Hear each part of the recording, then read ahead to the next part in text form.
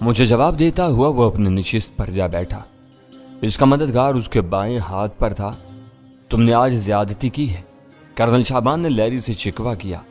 آج میرے کئی اہم اپائنٹمنٹ تھے۔ کرنل داور نے اپنی باتوں سے اس زیادتی کا بدلہ لے لیا ہے۔ لیری نے دانت نکال کر خوش دلی کا مظاہرہ کرنے کی کوشش کی، مگر اس کی بات سے ظاہر ہو رہا تھا کہ میری زہر میں ڈوبی ہوئی گفتگو اس کے دل میں تیر بن کر اتری تھی۔ میں نے بدلہ نہیں لیا۔ تم نے پاکستان کو بالواسطہ طور پر غیر جمہوری ملک قرار دے کر بات چھیڑی تھی۔ میں نے صرف اس کا جواب دیا ہے۔ میں نے سنجیدگی سے کہا، تم ہمارے درمیان ہو اور بہت معزز ہو۔ ہمارا اصول ہے کہ کوئی کتا بھی ہمارا مہمان ہو تو ہم اس کی بے توقیری نہیں کرتے۔ لیری کے چہرے کا رنگ بدل گیا۔ اس نے سختی سے پوچھا، کیا اب تم بالواسطہ طور پر مجھے کتا نہیں کہہ رہے؟ ہرگز نہیں، میں نے ترکی بترکی جواب دیا۔ میں صرف یہ جتانا چاہ رہا تھا کہ ہم کسی کتے کی تحقیر نہیں کر سکتے، تو تم جیسے معزز اور محترم مہمان سے کیسے بدلہ لے سکتے ہیں؟ یہ تمہاری خام خیالی ہے کہ میں نے تمہیں کچھ کہا۔ اس بدگمانی کو اپنے ذہن میں چکانا تو۔ لیری آیا تو فضا قدرے تلخ مگر خوشگوار تھی۔ میری اور اس کی جھڑپ ہوتے ہی فضا کا رنگ بدل گیا۔ یوں محسوس ہو رہا تھا جیسے میرے اور لیری کے سوا سب کو سانپ سونگ گیا ہو۔ کوئی بھی اس نازک بحث میں زبان کھولنے پر آمادہ نہیں تھا۔ جلال کی پر امید نظریں میرے چہرے پر چمی ہوئی تھی۔ میری نیت پاکستان کو غیر جمہوری ریاست قرار دینے کی نہیں تھی۔ موقع کی نزاکت بھانپ کر لیری وضاحت پر اتر آیا۔ میں نے بس اتنی سی خواہش ظاہر کی تھی کہ کاش امریکہ میں بھی کسی کے ہاتھ اتنے کھلے ہوئے ہوتے کو ایس ٹی ایف جیسی کوئی آزاد فورس بنا سکتا۔ اس خواہش کے اظہار کے لیے یہ جگہ مناسب نہیں تھی۔ اسے پسپائی پر آمادہ پا کر کرنل شعبان نے زبان کھولی، تم کو وائٹ ہاؤس کے صدر نشین کے سامنے یہ بات کہنی چاہیے۔ چھوڑو شعبان، لیری پھیکے انداز میں ہنس دیا۔ ہم سب صدر کے سامنے جواب دیں ہیں، وہ کانگریس اور سینٹ کے سامنے مجبور ہے۔ سب کہیں نہ کہیں بندھے ہوئے ہیں۔